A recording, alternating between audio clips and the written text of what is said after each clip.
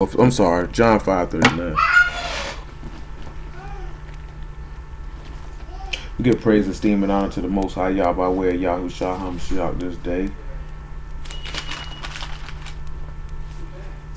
Search the scriptures, for in them you think you have eternal life, and they are they which testified me. And you will not come to me that you might have life. I receive not honor from men, but I know you, but you have not the love of Elohim in you. I come in my Abba's name, and you receive me not. If another shall come in his own name, him you will receive. How can you believe which receive honor one of another, and seek not the honor that comes from Elohim only? Do not think that I will accuse you to the Father. There is one that accuse you, even Moses, in whom you trust. For had you believed Moses, you would have believed me before he wrote of me. But if you believe not his writings, how shall you believe my words? 2 Chronicles 27, and that will ring wholeheartedly when we begin to do our study on the law itself. That will ring wholeheartedly about how can you believe that receive honor one. Say, how can you believe if you don't believe Moses' writings? You're not going to believe his words. Those words are going to resonate very, very strongly. 2 Chronicles 27:1. As we look at Mr. Jotham here, just pulling up his name for a moment, and that name means Yahuwah is perfect, just so we can know as we look at what we're going to be dealing with. So verse 1 says this: Jotham was 25 years old when he began to reign, and he reigned 16 years in Jerusalem, and his mother's name was Yeshua, the daughter of Zadok. And he did that which was right in the sight of Yahuwah, according to all that his father Uzziah did. Howbeit he entered not into the temple of Yahuwah, and the people did yet corruptly. So we didn't get to Uzziah before. We've dealt with Uzziah numerous times in the past. You know, he's the one who went and lit incense when he had no business, and we'll go back and catch him. But we ain't looking at him tonight, just because this is just a shorter period. He built the high gate on the house of Yahuwah, and on the wall of Ophel he built much. Moreover, he built cities in the mountains of Yehuda, and the forest he built castles and towers. He fought also with the king of the Ammonites and prevailed against them, and the children of Amnon gave him the same year 100 talents of silver, 10,000 measures of wheat, 10,000 of barley. So much did the children of Ammon pay unto him, both the second year and the third. So Jotham became mighty because he prepared his ways before Yahuwah his Elohim. Now the rest of the acts of Jotham and all his wars and his ways, they are written in the books of the kings of Yasharal and Yehuda. He was 25 years old when he began to reign. He reigned 16 years in Jerusalem.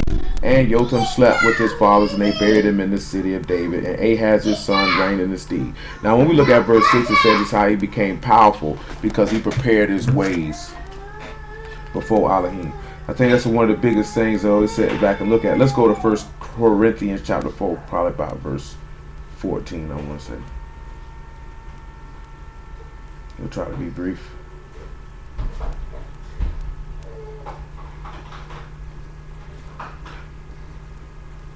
Well, and the word again for prepared in that particular verse 6 is to be firm and to be stable and to be established and to be fixed and securely and to be directed aright. So when we look at becoming powerful, we got to make sure that we are secure and that we are fixed and that we direct ourselves correctly, or allow ourselves, I should say, to be directed correctly before Elohim. But let's look at something in 1 Corinthians chapter 4. I want to say about verse 14.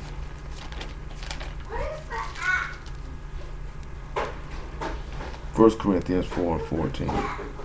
He said, I write not these things to shame you, but as beloved sons, I warn you. For though you have 10,000 instructors in Mashiach, yet have ye not many fathers. For in Yahushua HaMashiach I have begotten you through the gospel. Wherefore I beseech you, be ye followers of me. Hold on one second. That's a little higher than I wanted, but it'll work nonetheless. But hold on one second.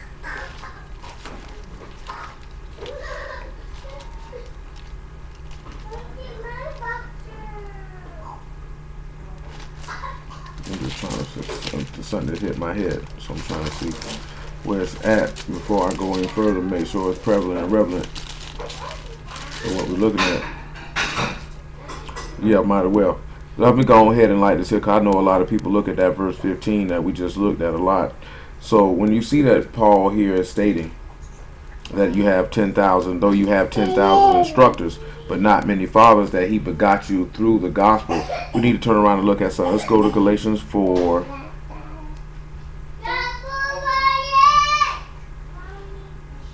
And 18, I suppose. And we'll come back to 1 Corinthians chapter 14. I guess the reason why we could sit back and we could wanted to make that prevalent is with Uzziah and Jotham, because Uzziah was righteous just like Jotham was. We probably won't get to Ahaz tonight, but Ahaz was wicked. You know what I'm saying? But what you're looking at is somebody who was birthed into righteousness from another man, so to speak. Let me look at something else.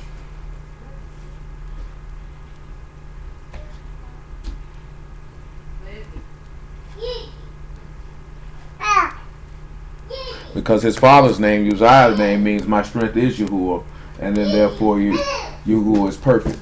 And then we also know what the master said in 2 Corinthians chapter 12 verse 9, that my strength is made perfect in weakness. And if we want to seek to prepare ourselves before Elohim, well, I guess praise the Lamb, we're making reverence, is that when we coming in here and we getting ready to keep atonement, it's a humbling thing, because you have to make yourself weak, so to speak. So nevertheless, praise the Lamb. That's how we're working. We're working that way. Galatians 4 and 18. Wasn't anticipating going that way, but we'll do it like that. He said, but it is good to be zealously affected always in a good thing, and not only when I am present with you. My little children, of whom I travail in birth again till Mashiach be formed in you. I desire to be present with you now, and to change my voice, for I stand in doubt of you. Now notice that he makes a statement that he travailed in birth, that he's travailing in birth until Mashiach is formed. Now we have to sit back and look at what could he possibly mean about travailing in birth. We'll get you Isaiah chapter 26, possibly Isaiah 66, and then John chapter 16.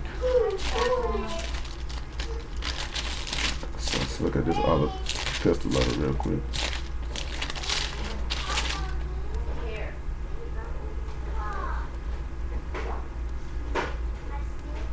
Before we go to Isaiah 26, go to the epistle to Philemon and get it about verse 6. I'll give y'all time to get there. It's the epistle right before Hebrews. It's a very small epistle. An epistle that is we don't regularly snatch on a consistent basis. The epistle to Philemon, verse 6.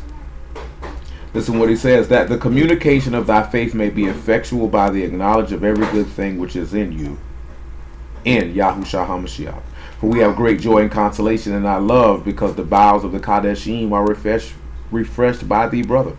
Wherefore, though I might be much bold in Mashiach to enjoin thee that which is convenient, yet for love's sake I rather beseech thee, being such an one as Paul the aged, and now also a prisoner of Yahushua HaMashiach. Now, when Paul's writing this particular epistle, he is incarcerated. He said, I beseech thee for my son Onesimus, whom I have begotten in my bonds, which in time past was to thee unprofitable, but now profitable to thee and me. So we have to sit back and look at it. Paul said he birthed this man while he was in bonds. How could you even birth someone while you were in bonds? Now, he just stated before, you could have 10,000 instructors in Mashiach. He said, but you got one father, because I birthed you through the gospel. He said, I've travailed and much pain to do so. So let's look at Isaiah chapter 26. And then before we go to Isaiah 66, I guess this is relevant to something that I was asked last week to a certain extent. We will go to Ecclesiastes chapter 4 after that. Isaiah chapter 26.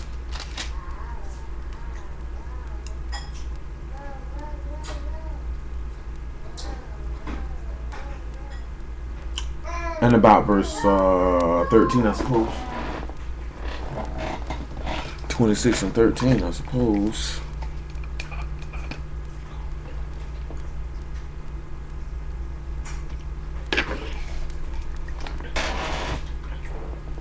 Guess we're gonna have to reconcile why Paul will sit back and look at that he birthed these people through the gospel. How did he birth them through this? The same way that Mashiach actually birthed people through it. We have to sit back and see that. Then we can be able to see how we can be able to prepare ourselves, or to be firmly fixed and established to the ways of Elohim. 26 and 13. Make it 12. Yahuwah, thou wilt ordain shalom for us, for thou also wrought all our works in us. So he said he's going to appoint peace for you because he has worked all these works in you. Keep that in mind. O Yahuwah Elohim, other masters besides thee have had dominion over us, but by thee only will we make mention of thy name. Pause. We got to sit back and look at, how have you had other masters have dominion over you? Now we're probably going to take a totally different direction than what I had in my head, but praise y'all for it. How did you have other masters have dominion over you? John chapter 8, pause, and verse 30. Let's see how you had, and then after that, Romans 6 and 16, and we come right back to Isaiah. How did you have other masters over you, yet in the midst of that, you would only mention the name of Yahuwah? Who did you have ruling over you? For him to be able to remember, shalom is to destroy the authority attached to chaos, and for him to work these works in you.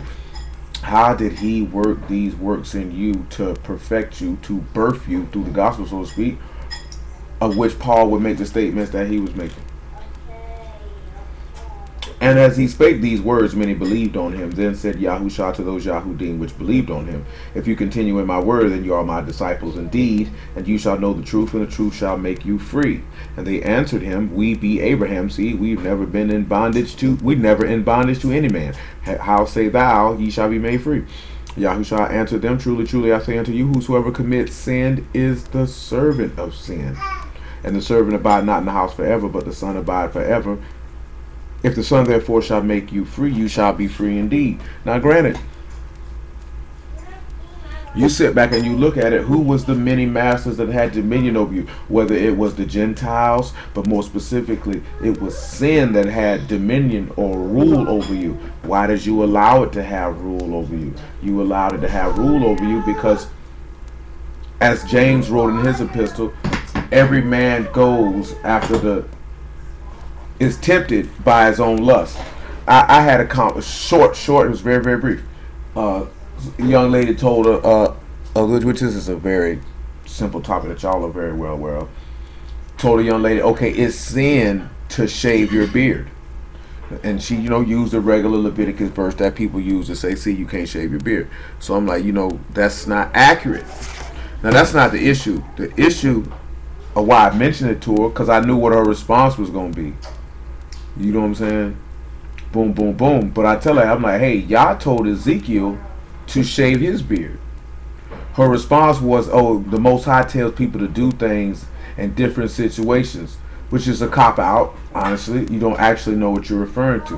The reason why I mentioned that to her to use this point, in the book of Job and in several other places, and in the epistle of James in the first chapter specifically, it tells you that Elohim tempts no man with evil. So Yah is not going to tempt a man to commit a sin. He's not going to do that. Because at that point, that would make him unjust, because he does not deal with evil. And like it says in Habakkuk, his eyes are too pure to even look upon evil, much less tempt a man with it, much less try to encourage a man to go against what he has already ordained and appointed. So when you find yourself being tempted of evil, you find yourself being tempted of evil by the evil one, or you find yourself being tempted by your own lust and desires, Yahuwah has absolutely nothing to do with it. He may allow it to occur, like he did with Job. He allowed Job to be tested, so Job's heart could be manifested, whether it was with himself or whether it was with Yah. He'll do that. But he himself directly will tempt no man with evil. He's not finna tell a man, shave your beard and it's a sin.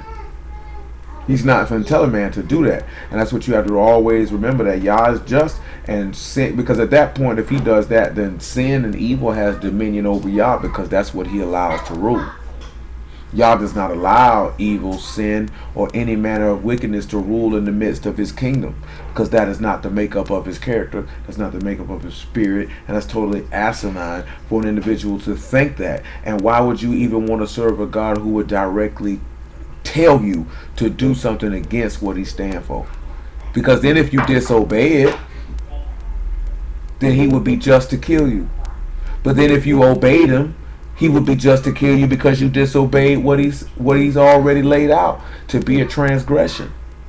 That is an oxymoron and the highest level of stupidity for anybody who would think that Yahuwah would operate in such a fashion.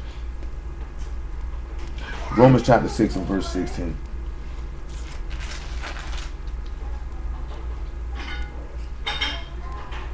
Well, 6 and 14, matter of fact. 6 and 11 is better. Matter of fact, 6 and 9. And I mentioned that here because I just mentioned that just in some fact. You know, she's young, and a lot of people get zealous for the word, or they might feel like the dude they messing with is really, really knowledgeable, so they feel like spitting this and spitting that. That's how errors get made.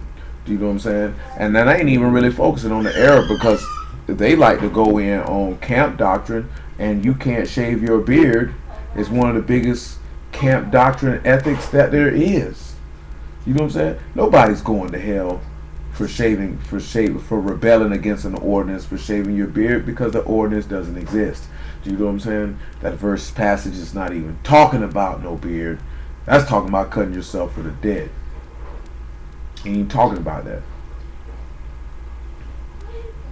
This is what we're going to go to hell for and will perish for if we allow other masters to have dominion over us. Nevertheless, and that's 6 to 9 of Romans, knowing that Mashiach being raised from the dead died no more, death have no more dominion over him. For in one that he died unto sin once. But in that he lived under Elohim. Likewise reckon ye also yourselves to be dead indeed unto sin, but alive unto Elohim through Yahushua HaMashiach our Master. Let not sin therefore reign in your mortal body, that you should obey it in the lust thereof. Neither yield your members as instruments of unrighteousness unto sin, but yield yourselves unto Elohim as those that are alive from the dead, and your members as instruments of righteousness unto Elohim. For sin shall not have dominion over you, for you are not under the Torah, but under favor. What then shall we say? What then shall we sin, because we are not under Torah but under favor? Elohim forbid. Know ye not that in whom you yield your servants to obey, his servants ye are to whom you obey, whether of sin unto death or obedience unto righteousness? Now let's come back to what I had besides that. That was it. Come back to Isaiah chapter 26. So when we look at that, let's gain the understanding of what we just seen. Death has dominion over us.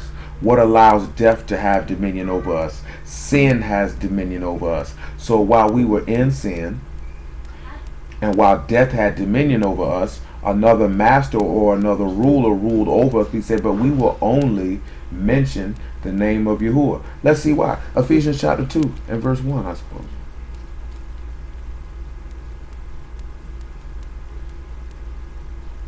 And praise the Lamb, because this is a well, you'll see it in due time, y'all willing, that it's going to lead into what we will discuss tomorrow.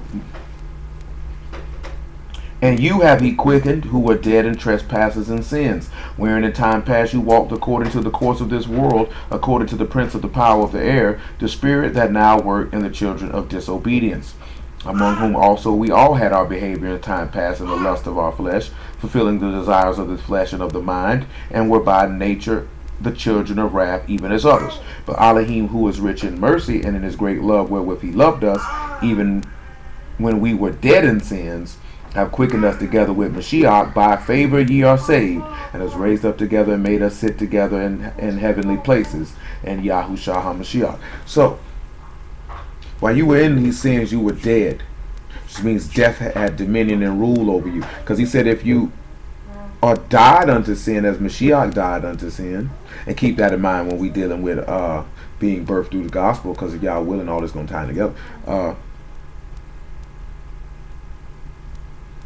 You will be dead unto sin, and then the law will have no more rule over you. That law being, if you eat of this tree, you will die. The soul that sinneth shall die. The wages of sin, it is death.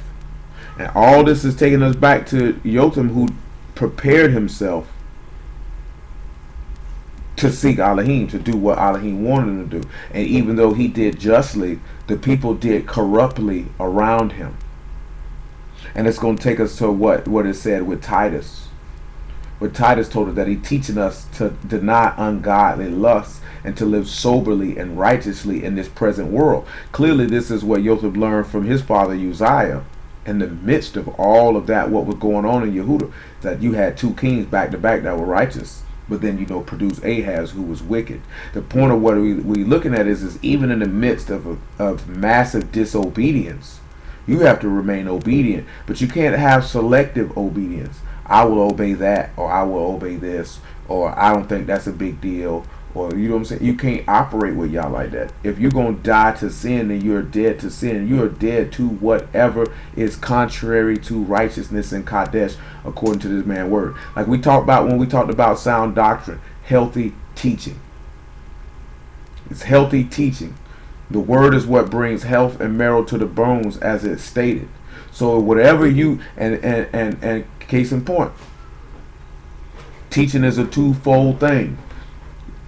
For lack of better words, the only way that a woman can teach is through her actions, because that's what it said in 1 Peter 3. Let the wives win their husbands by their behavior, because the behavior of Elohim is a teaching moment, because people see how you have been taught of Elohim and therefore live up for Elohim, and then therefore that's what they can learn, and then they can learn to actually seek someone out who has the word, who can instruct them in a perfect manner of what the text actually says. And then you have the general common way of instructing people, which is the administering of the word itself.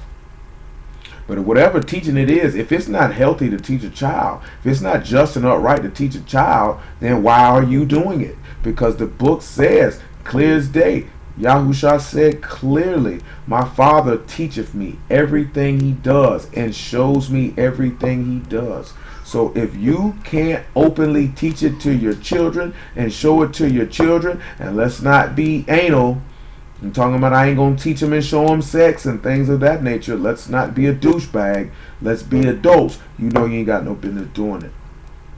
Because this man say all unrighteousness is an abomination. So if it's not just and upright in his eyesight, why would you participate? You know what I'm saying? Why, or even be affiliated with individuals who will not participate in the words and works and deeds of the righteousness of Yahuwah Elohim by way of his son Yahushua HaMashiach? What type of sense does that make? Because eventually you're going to stumble and you're going to fall. Or if you don't, if it's not really dead set in your heart, solidly and completely and firmly to endure and to suffer for righteousness' sake, then just don't do it. Just put it down and live your life as you so choose. Because you're only going to get out what you put in, and nothing, anything that you do in your lifetime. So if you halfway serve Yahuwah, you'll get a full reward of the lake of fire. You know what I'm saying? So if you're going to get a full reward of damnation, then you might as well live and serve a full life of condemnation and damnation. If you seek a full reward of salvation, then you're going to have to live an exhibition of faith, of salvation, fully, completely, 100%. You have to be fully dedicated and committed. You know what I'm saying? I believe that in this society, and I mean the world society as a whole, that being fully dedicated and committed to things is not an attribute that many people possess, because many people are not fully and dedicated and committed to many things. Things that they will make sacrifices for, things that they will endure through, even when things are ugly. You know what I'm saying? This crosses the gambit of numerous different things. You know what I'm saying? Anything that you could think about in the human experience that requires dedication and commitment.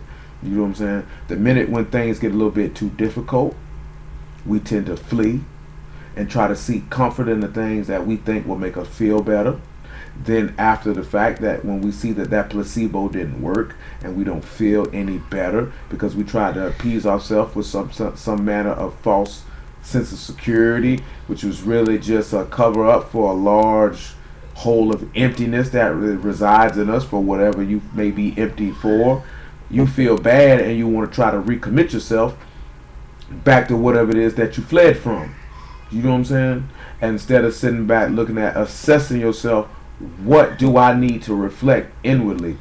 That when I step back to do this, that I will be 100% and fully committed in whatever it is that I'm going to do. A lot of people are very inconsistent and do not finish the things that they start.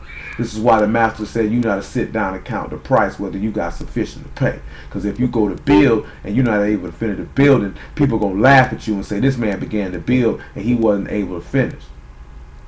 See, I think the biggest thing that hinders most people in life, period, I don't care what race they are, is that you're too overly concerned about what people think about you and what people say about you and how they're going to judge and gauge whatever it is you got going on. If you are fully dedicated and committed to obtaining a particular objective, I don't know why you give two Londons what a nigga think or say about you. What difference does it make? You're working towards a goal, which clearly if they're focused on what you're doing, that they're not working towards it. So therefore their opinion doesn't matter at all. You know what I'm saying? Now if someone has something, some advice or opinion to offer you who is same as fully dedicated and committed to achieving the same objective as you are, if you have any manner of wisdom, you might bend down your ear to hear what they have to say, because they're working towards the same thing that you're working towards, and they might have a little bit of wisdom to impart to you to help you on your way. Who knows, you might be able in the course of that conversation to impart a level of wisdom to help them on their way. But you cannot be concerned about what people who are not moving to achieve what you will seek. I don't care what it is, not just the word, I don't care what it is. If they are not moving to seek to achieve the same objective that you say you fully dedicated and committed to achieving, why do you care what they think? Why do you care what they say? Why is that even a concern for you? If a nigga's not working towards their way to get in the kingdom of Elohim, why do you care what they think or say? What difference does it make? They're working a pathway to hell. You're working a pathway to salvation. Why does it matter what they think or what they say? Why are you concerned with it? You think Amashia walked around concerned what people had to think about him? We read it every week. Why are we concerned about what people think about us? Because you want the honor that come one from another, not the honor that come from Elohim only, which hinders your ability to believe. Honestly, you know what I'm saying? No righteous man in this book was concerned about what people thought or said about them. They really didn't care. They really didn't care. We read a verse the other night where it said they stepped to the master and they say, we know that you care for no man and respect no man's person. Not that he didn't care for people, but that he didn't care what they thought or what they said, and he didn't regard anybody as this extra great person. See, a lot of times people come across people, they become intimidated. They view this person as and if you're a humble person and you know the word, you're not going to view that person in such awe and be in awe of them and think they this, that, there, and the third, because you're going to see them as you see yourself. That's why a lot of people get stumbled up on people who preach the word or teach the word or say certain things in the word, because you hold them up to be larger than life. You done elevated them in your own mind past where they at. That person may not even see themselves in that light, but you done put them in that place. Some people know that you see them in that light, and then they seek to exploit that. Gotta have wisdom in everything that we do. Come back to Isaiah chapter 26. But you can't be caring about what nobody think, though. You can't be concerned about that. Hold on one second, y'all.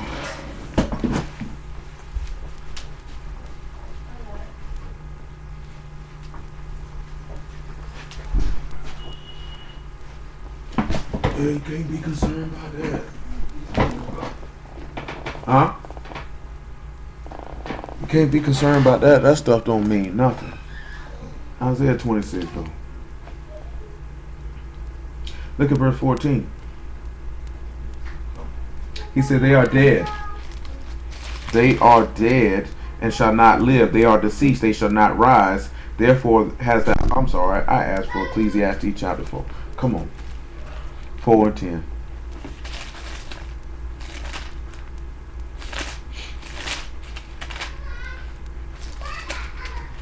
To make it make sense in a minute. 4 and 14 actually. 4 and 14. Ecclesiastes 4 and 14.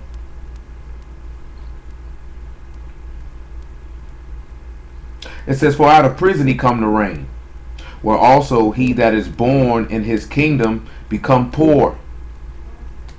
I consider all the living which walk under the sun, and with the second child that shall stand up in his stead. I'm going to read that again. For out of prison he come to reign, where also he that is born in his kingdom become poor. For out of prison he come to reign, whereas also he that is born in his kingdom become poor. I consider all the living which walk under the sun, with the second child that shall stand up in his stead. There is no end of all the people, even of all that have been before them. They also that come after shall not rejoice in him. Surely this is also vanity and vexation of ruach. This man said he considers all the living with the second child that'll stand up in his stead, knowing that out of prison he come to reign, and that anybody who's born in his kingdom has become poor. Now we could take that on the natural level. Of course, it's Wednesday, so we don't have time to go all the way out. But you can look at that, and you can see Joseph in that he went to prison, and out of prison he came out to reign. And then that all the people who were born in that kingdom, or in his kingdom, so to speak, became poor or became humbled. So when we look at anybody who's going to be born in Elohim's kingdom, they have to be humbled. Come on back to Isaiah chapter 26 and verse 14, which is what we you should have kind of caught looking at Romans chapter 6 when it says that he died to sin, meaning he humbled himself. Which goes back to what people were talking about. Oh, that's why you ain't got to fast, because you got to humble yourself. You have to afflict yourself. You have to suffer. But then you have to ask yourself, if you're not, because clearly if you're fasting, you're suffering. How do we know this? Because right there in Deuteronomy chapter 8 and verse 3, Yahuwah said he suffered thee to hunger, that you may know that man do not live off bread alone, but by every word that proceed out the mouth of Elohim doth man live.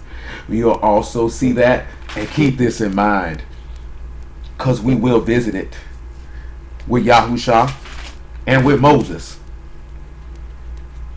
More specifically, Moses. Fasting for 40 days and 40 nights. He suffered them to hunger.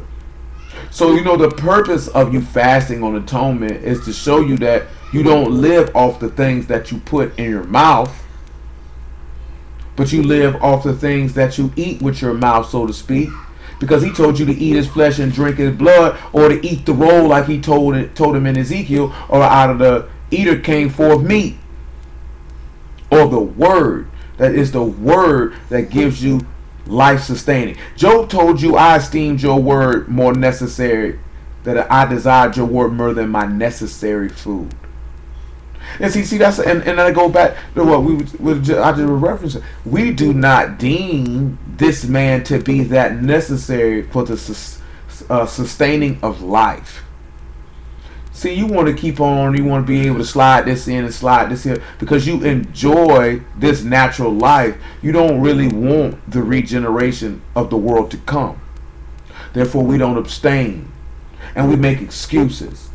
And you know what I'm saying? And we try to riddle this person and riddle that person because this person won't tell you what you want to hear. Or this poor person won't justify you in your pride or in your wickedness or in your sin or in your deceit or in your transgression, in your rebellion, in your stubbornness. This person won't do it. So then therefore there's something wrong with them. It's never you. The book tells you they hated them that rebuke in the gate. See, because nobody's really rebuking in the gate, that's why we have all these, what's the proper word I want to use? Banal, powerless, fruitless, unnecessary disputes, arguments, and discussions of the word that we presently see at this hour.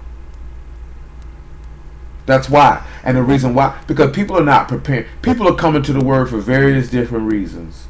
I'm not finna enumerate all of those reasons at this particular time. Very few people are coming to the word for the one reason and one reason alone that all of us should be coming, which is to gain salvation, that by way which Yahuwah is esteemed through his son Yahushua HaMashiach. That should be the only reason why you're coming to the word. Not because you want to try to pick you up a husband, pick you up a wife, feel like you was getting lied to in Sunday church, so now you want to swap out and feel like you in the truth now and do that. Not because you know you're an Israelite.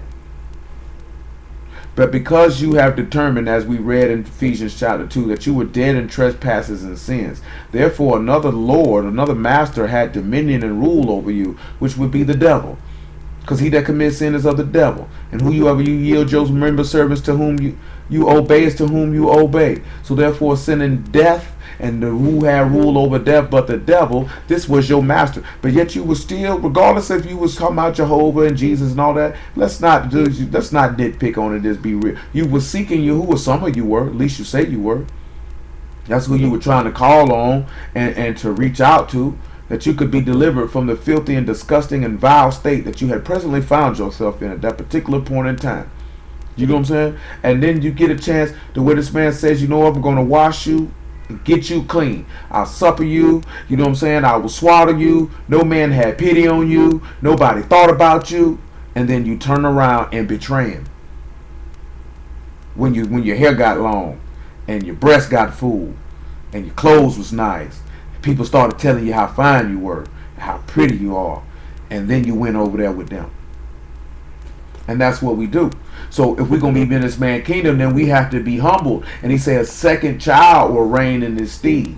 We go back to when he talking about birthing you through the gospel, because you were one person before the gospel and you're supposed to be a new child coming forth further. It goes back to what we were talking about in Matthew chapter 18, that anybody who humbleth himself as this little child will enter into the kingdom. Because that lesson you were supposed to learn.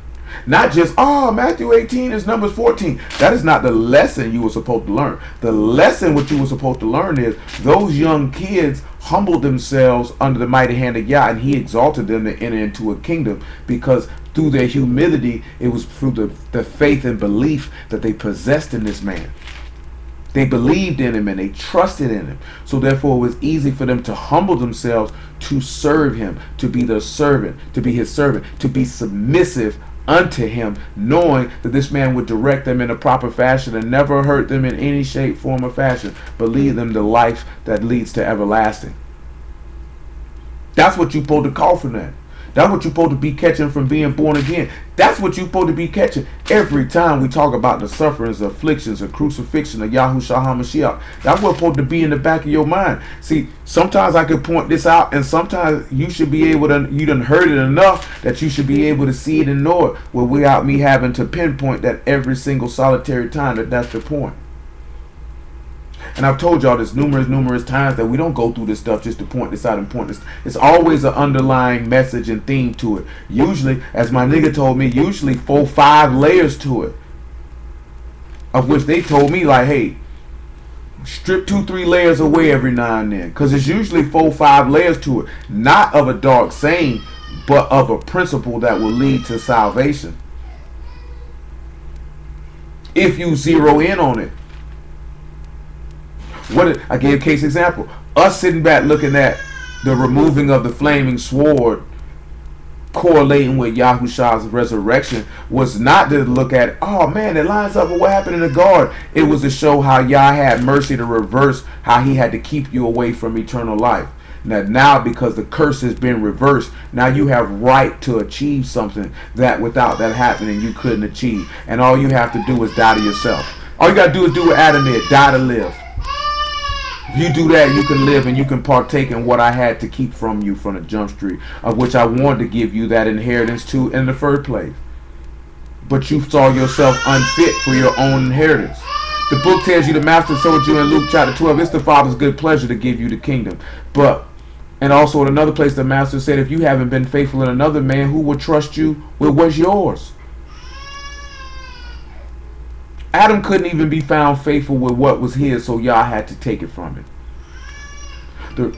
The reason why you don't have all the things of Yahuwah that you desire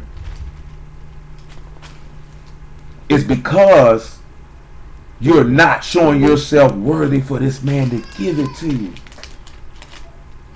Because he'll give it to you. He'll give it to you. But you got to show yourself worthy. You got to show yourself worthy. Just something to consider, man. You know what I'm saying? I love y'all just like he love y'all. And the same thing that he wants for me and the same thing he wants for us is the same thing I want for every one of us. And that's for our souls to be saved. And all that extra stuff don't even really matter. All the other stuff that we be concerned with and dealing with, all that stuff don't even really matter. It don't even really matter. It doesn't really matter. What matters is this man's word resonating in your heart, your mind, and in your soul, so you can be quickened to life everlasting, so you can be counted to enter into his kingdom. You know what would be the greatest feeling in the entire world that any of y'all should feel? To know that if you sat down and you ate with somebody. I'm talking about on the feast day. I'm talking about you sat down and you heard the word with somebody, and that you died and they died, and when you woke up, you saw their face again in peace, and that you could be with Elohim forever. How many of y'all even think about your objective, not just the people you say you love, that you feel you're closer to? Because I'm going to be honest with you, there's people you're going to be closer to in the world. Everybody's not going to be as close to everybody the same. That's not even realistic. When you see that the master had a disciple who he loved above everybody else, you know full well that everybody is not going to have the same level of closeness one to another. You should have no respect of persons one to another. But you know there's some people you're going to be closer to. But any of y'all ever thought about, I got to make sure he stay on point, she stay on point, so I can see your face again. That if I go to sleep, I know I'm going to see your face again. Not that stuff when niggas die, I hope I see you again. But to know you going to see him again. Martha say, I know I'll see Lazarus on the last day. She said, I know I'll see him again. I'll see him again. That's the confidence she had in what she was doing and what he had done. And most importantly, the confidence she had in Elohim to perform the promise of which he made. Do you think about that? Or do you just think about your husband and your kids or the people you like the most?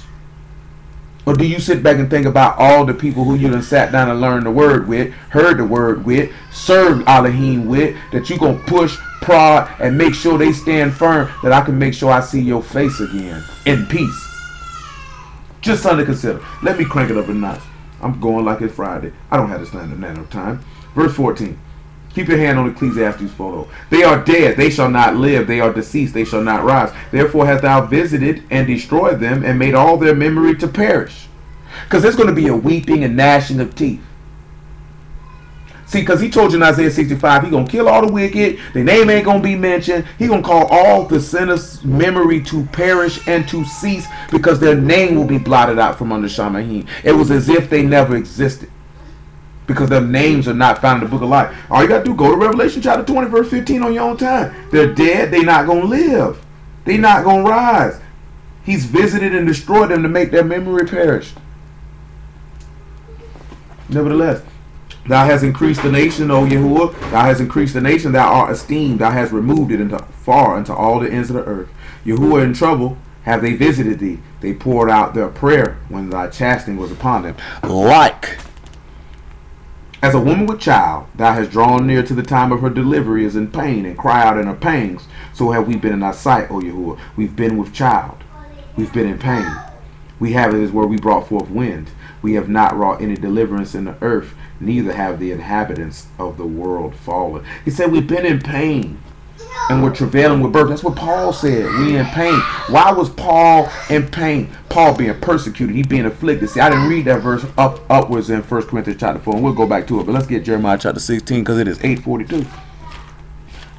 John chapter 16, we went off the beaten path a little bit, and I got to work this Ecclesiastes chapter 4. And the reason why we sitting back looking at this here is, as you think about Jotham and what he had to deal with, he had, in just John 16 and 19, all the people around him were doing corruptly. So when he's preparing himself for Elohim, he's preparing of what he has to go through and what he has to suffer with. Then you notice it said all these kings brought riches to him. And I'll hit that point as well, that if you show yourself to be steadfast in the end, your enemies will bring riches unto you, like they're going to bring riches unto Mashiach. See, you have to look at all the things that Yahuwah promised. When you look at all the things that Yahuwah promised, he will fulfill those promises in due time. But how long will your heart endure? Will you endure as long as you feel like it's fun, or you have an objective you think you want to get, and then if you feel like you get it, then, or whatever case may be, like, you know, people have all types of stuff that they have going on in their brain when it comes down to the word. when your number one objective is to make sure that these other masters don't have dominion over you anymore. When you sit back and you look at Luke 18, when he said how he smote, the sinner smote himself on the chest and say, Elohim, be merciful unto me, a sinner. Another master had dominion over him, but he only made mention of the name of Elohim. Only made mention of the name of Yahuwah. When you look at Yahushua, he say, Father, in thy hands I commend my Ruach, because death was about to have dominion over him. He done became sin, and now that had dominion over him. The people were trying to exercise dominion over him by placing him in bonds and incarcerating him and then impaling him. But he only made mention of the name of Yahuwah. So when you look at that, what are you supposed to take and understand from that? No matter what level of suffering, no matter what level of affliction, no matter what level of persecution, no matter what level of tribulation, no matter what level of distress, hunger, and nakedness, that the love of Mashiach constrain you, and you will only make mention of the name of Yahuwah. When you turn around and you look at other masters trying to have dominion over them, Nebuchadnezzar tried to have dominion over Hananiah, Mishael, and Azariah, but they only made mention of the name of Yahuwah. They tried to do it to Daniel. He only made mention of the name of Yahuwah. They did it to Samson. He only made mention of the name of Yahuwah. They did it to Joseph. He only made mention of the name of Yahuwah. Because that's who should be coming across your mind first and foremost. Not all the extra stuff. None of these men sought to appease themselves in the things of this life or the flesh or from sinners. They sought Yahuwah. Because all the stuff that we seek to try to fill them voids is really the emptiness of not having Yahuwah's Ruach HaKadosh in us. Meaning, you don't have this man's word in you. Reciting a verse does not mean you have this man's word in you. Having this man's word in you will dictate your actions under pressure. See, I just had a conversation. I've been in situations that without the word, certain situations and circumstances may have not occurred in their fashion that they occurred.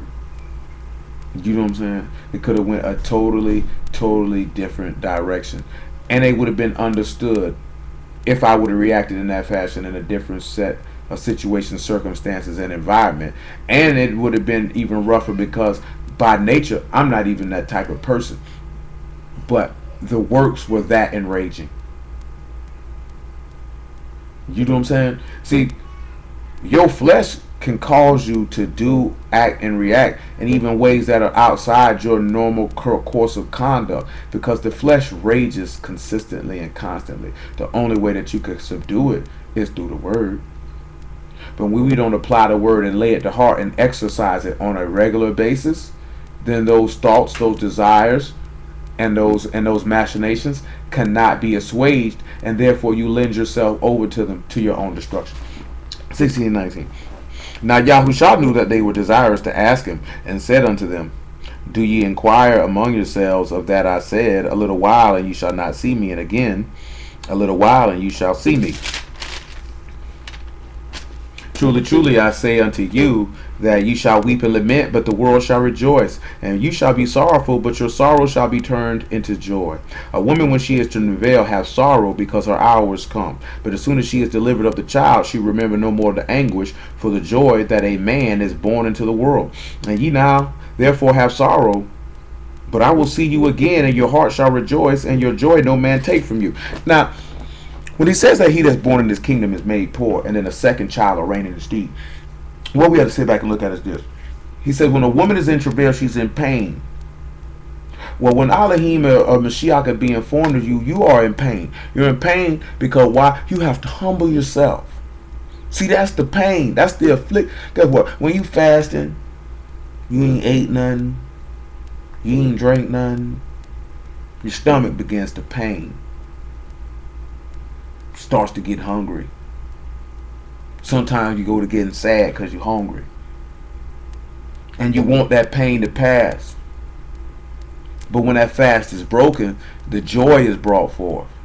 See, Mashiach was in pain. He was in atonement. He humbled himself. He was bowed down, afflicted greatly, so that a second child could reign in his stead. Let's see why. John chapter 3.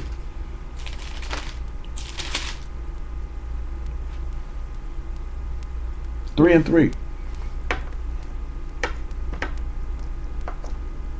And this is all dealing with preparing yourself, being built upon that rock. Because I just was talking with one of the sisters about this earlier. About she was just going for why she sat back for a while before she get immersed. Because, you know, I'm not going to put no pressure on nobody to get baptized. I'm not going to put no pressure on you to do that. You know what I'm saying? You say, hey, I feel like I'm ready to take that step. That would because you have heard enough word and you say, you know, I believe.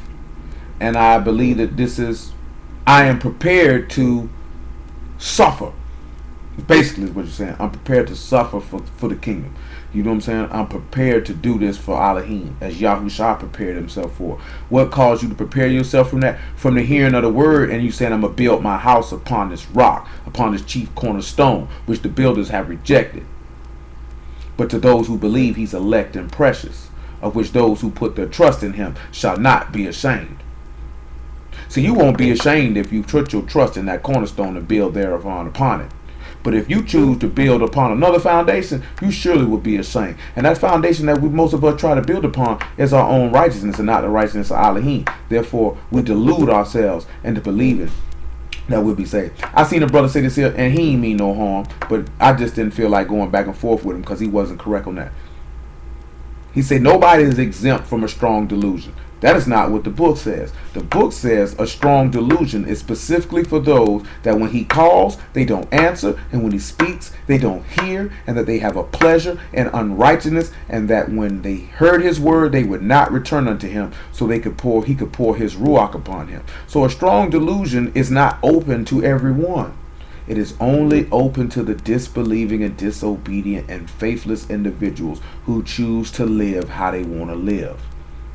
That's who it's open to. That wouldn't be just of you who are to give a strong delusion to the righteous, to those who hear when he calls and answers when he speaks. Well, hears when he speaks and answers when he calls and turns when he says turn and has a pleasure in righteousness. Why would he give them a delusion? Did you know how perverse and what's the word I'm looking for? Just outright wicked that is? That I'm going to cause you to believe a lie because you took a delight in what is true. Think about that when on a level of common sense that don't make any sense. I know what he meant, you know what I'm saying? But in actuality, to somebody who don't know the word, that would trip them up. Nevertheless, Yahushua answered and said unto him, Truly, truly, I say unto thee, except a man be born again, he cannot see the kingdom of Elohim. Nicodemus saith unto him, How can a man be born when he is old? And how can he enter the second time into his mother's womb and be born? Yahushua answered, Truly, truly, I say unto thee, except a man be born of water and of the ruach, he cannot enter into the kingdom of Elohim. You know that in Isaiah chapter 9, it calls Yahushua a father. Paul say, you know, I begot you through the gospel. He said, I birthed you in my bonds. The reason why we looked at that part in Isaiah 26 about him being in travail and mentioning when he was in bonds, you know, they locked him up and he was travailing in birth, and then, you know, all those people rose from the dead after his resurrection because Yahushua birthed us in his bonds. That's why I mentioned Isaiah 66, but for time we can't get it. You can pick it up at about verse 5 and you'll see what we're talking about. We done dealt with that before. So for those of you who don't know, get your Isaiah 66 and 5 and read. You say, you know, why close up the womb? Will I cause to come to the birth at one time? Can a nation be born at once? Because he birthed us in his bonds, or in his affliction, in his imprisonment. That's why I say he came out of prison to reign, and therefore he birthed us in his bonds. So Paul is saying the same thing, that even though I'm in bonds, I birthed you through the preaching of the word. This is how Mashiach birthed us, is through the word. Paul's talking about how he birthed men through the word. That's why he could say this. That's why he said, you got many instructors in Christ, but I birthed you through the gospel. I birthed you through the Besorah. I birthed you through the good news of Yahushua HaMashiach, because I preached that word for him to be formed in you to become a son of the living Elohim. That's why he told him, be ye followers of me. Not that you're following Paul, but you're following who Paul is following. And you would have known this because your faith would not stand in the wisdom of men, but in the power of Elohim, because you would have known Paul would have imparted Yahushua HaMashiach unto you, which would have took you back to John chapter 7, where the master told you, my doctrine is not mine, but his that sent me. If any man speak of himself, he said, if any man hear of me, they'll know if the doctrine is mine or whether I speak of myself. He that speaketh of himself seeketh his own esteem. He that seeketh the esteem of him that sent him, the same is true, and there is no unrighteousness in him. So if you know an individual is seeking the esteem of the person who sent him, then why wouldn't you follow him? Because you know he who you are following is actually pointing you to the person who sent him, because that's the only person he point you to. He ain't pointing you to himself. That's wisdom. That's why he told you that, so you could know the difference between the two. If an individual is charging you to have your wisdom stand in them or stand in Elohim, who do they speak of? Who are they pointing you to? Nevertheless, let's look at how the second child stood in his steed. Romans 1:1. I gotta get ready to let y'all go. Most of this here, if I didn't finish it tonight, y'all willing, I'll finish it tomorrow. And if I don't finish it tomorrow, y'all willing, I'll finish it on Friday. And if y'all willing, we're gonna finish it on Friday. We'll finish it on Saturday afternoon.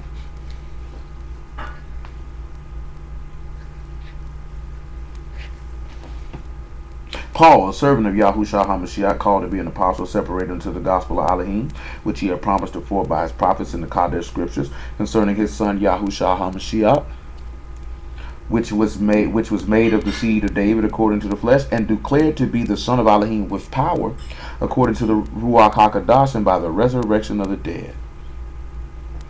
So when that second, and that's what we're sitting back looking at. He came out of his prison to reign, and the second child stands in his steed. Let me just look at the Hebrew word for steed, because I know what it means in English, but I want to make sure we got the right word. Because he told you that a child was born, and what it has there is that it has the aleph. So the second child stands up as chief, as the head, as the first. So what does that take us to? She does that every night too, though. Colossians chapter 1.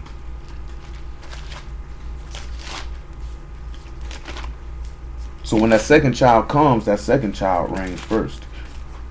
And this is why he say he birthed you, to cause you to be able to stand first. Colossians 1:18, I want to say. Yep. Make it 17. And he is before all things, and by him all things consist. He's the head of the body, the house, who's the beginning, the firstborn from the dead, that in all things he might have the preeminence.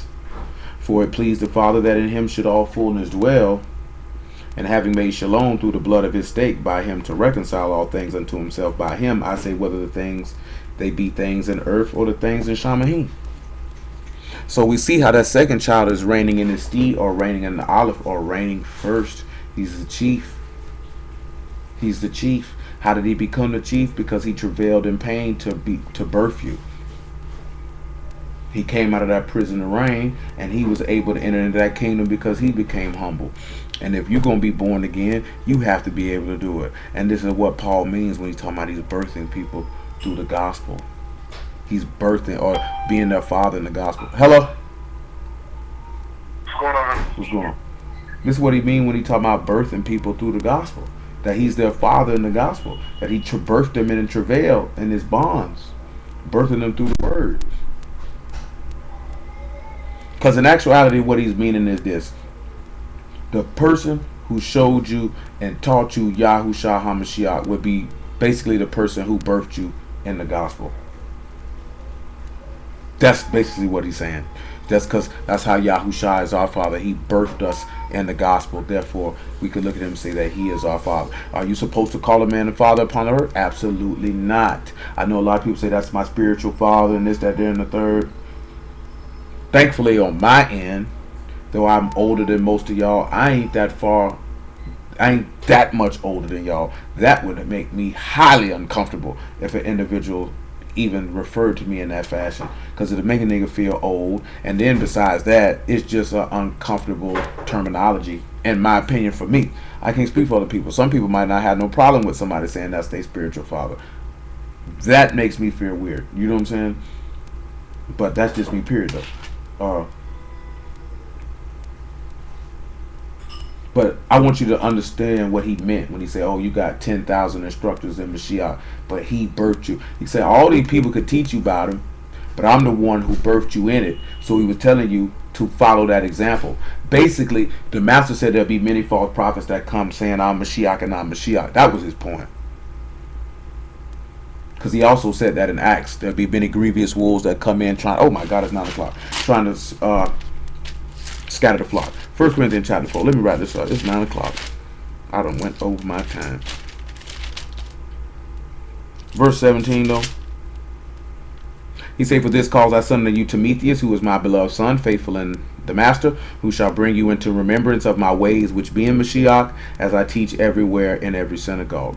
Now some of you are puffed up as though I would not come to you, but I will come to you shortly, if the master will, and will know not the speech of them which are puffed up, but the power.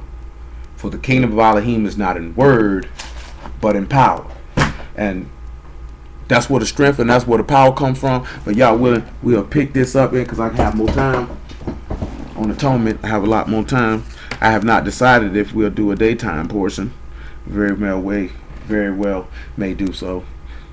I guess I'll let y'all know that sometime tomorrow. But hallelujah for Yahushua, the word. We start right there though.